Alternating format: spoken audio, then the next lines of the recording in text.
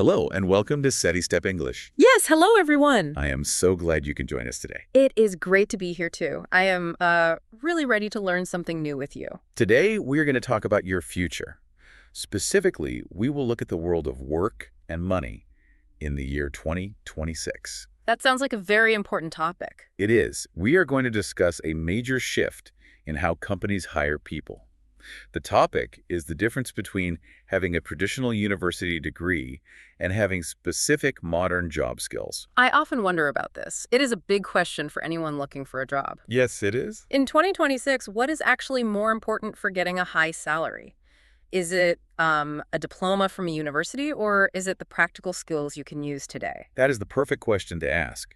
The answer has definitely changed in the last few years. How so? Well, degrees are still respected by many people, but skills are now the premium signal. A premium signal. What does that mean for my career? It means your specific skills determine how fast you get promoted, and they determine if you get a job offer in the first place. That is a very strong statement. Yeah. So you are saying that skills might be more important than a degree.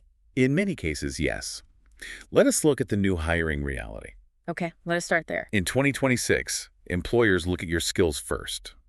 They do not look at your degree first. Really? They skipped the education section. Not completely, but their focus has shifted. They want to know one main thing. They want to know what you can do today.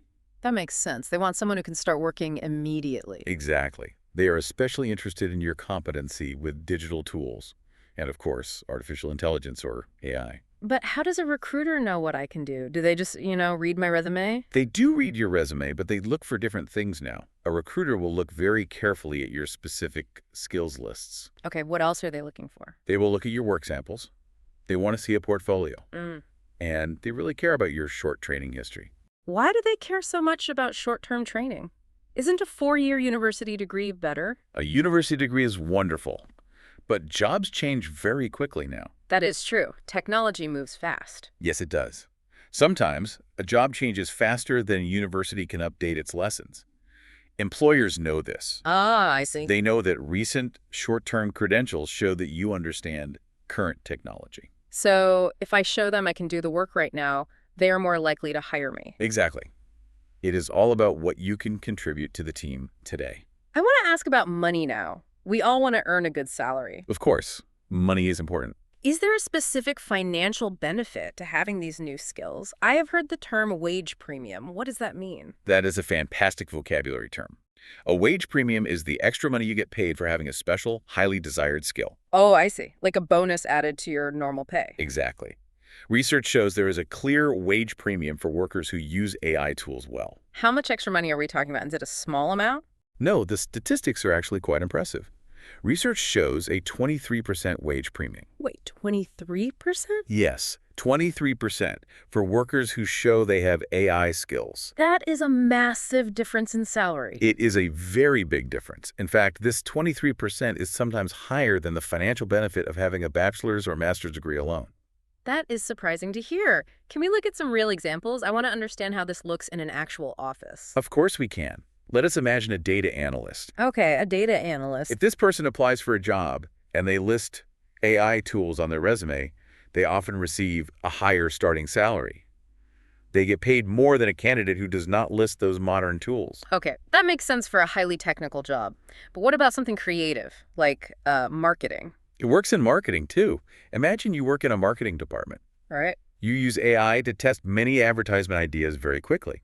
Because you work faster and you get better results, your company saves money. And because you save the company money, they might give you a bonus. Exactly. Or even a promotion.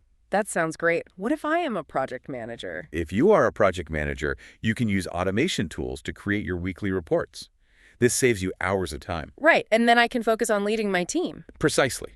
Because you are efficient, your manager may increase your responsibilities. And when your responsibilities go up, your pay usually goes up too. I have a friend who works in customer support. Does this wage premium apply to him? Yes, it certainly does. If a customer support agent uses AI chat tools to answer questions faster, their performance score goes up. And a high performance score can lead to a raise. That is correct. What about teachers? Or people who train other employees inside a company? That is a very valuable position today.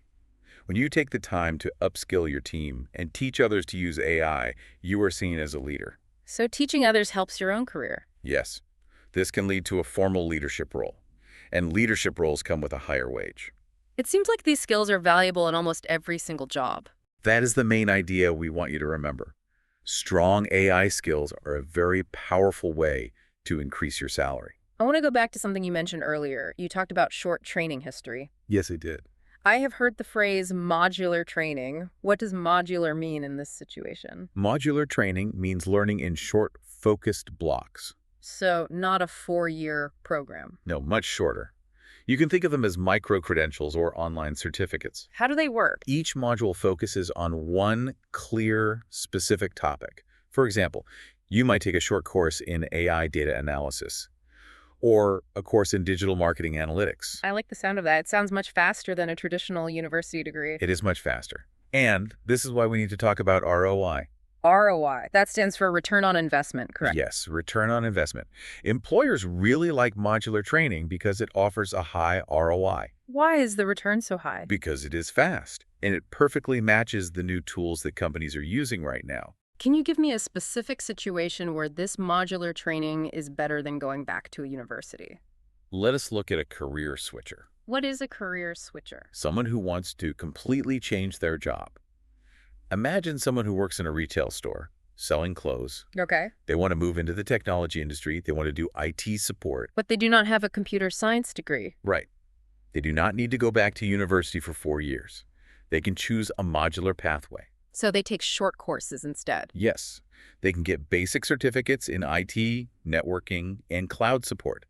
This skill acquisition allows them to enter the tech industry quickly. That is a wonderful way to change careers without spending years in school. What about someone who is already working full-time and is very busy? Think about a busy customer service worker. They cannot simply stop working to study. They have bills to pay. Right, they need a flexible schedule. Exactly. So they take flexible evening courses in automation tools. Within a year, they can apply for a higher-paying operations role at their company. That is very smart. What if I already have a degree, but I graduated a long time ago? That is a very common situation. Yeah. Maybe your degree is from 10 years ago. Yes, and the technology was completely different back then. In that case, you can be a degree refresher. The degree refresher. Yes. You keep your degree, but you add fresh new modules. You might take a short course in data visualization. To show that my skills are not completely out of date. Exactly. It proves to employers that you still have modern competency in your field. So this brings me to a difficult question. Go ahead. Should we just ignore degrees completely? Are university degrees useless in 2026? No, we should definitely not ignore degrees. That is a very important point to understand. Degrees still matter a lot. Where do they matter the most? They matter immensely in regulated fields. Regulated fields, like what? Think about medicine, engineering, or law. You simply cannot be a doctor without a medical degree. The law does not allow it. That is very true. I want my doctor to have a real degree. We all do. In these professions, the degree is the entry ticket. You absolutely need it to get in the door. Okay, so I need the degree to get the job. But what happens after I get the job? That is where the practical skills come back into the picture. Even in these traditional fields, skills decide who gets promoted. Can you give me an example of this balance between degrees and skills? Let us look at a nurse. A formal nursing degree is required to work in a hospital. Right, the entry ticket. But if that nurse completes extra training in digital health systems, she might be chosen to lead a new telemedicine project. So the degree got her the job, but the extra skill got her the leadership role. Exactly. Or think about an accountant. They definitely need a degree in finance or accounting. Yes, they do.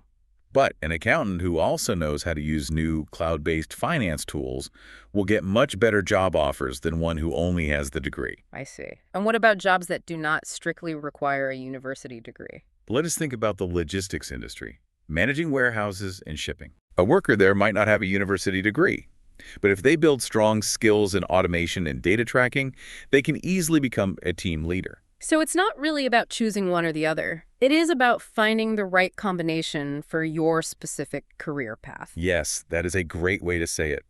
In many cases, the degree opens the door, but the continuous acquisition of new skills keeps the door open and leads to a higher salary. That is a very clear explanation. This has been a deeply helpful conversation today. I am so glad you found it useful. We've covered a lot of important ground today. Now, let us take a moment to slow down and summarize what we have learned. I am ready for the summary. In 2026, skills are often more important than degrees for hiring. Workers with AI skills can earn a 23% wage premium. Modular training offers a fast, flexible way to learn new things. Degrees are still necessary for some jobs, but new skills help you grow. That is a perfect, concise summary. Now I think it's time for our favorite part of the show, the vocabulary word tour. I love this part of our broadcast. We are going to clearly define 10 key words we use today. I will read the word first.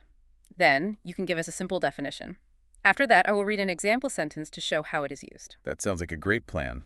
Let us begin. The first word is premium.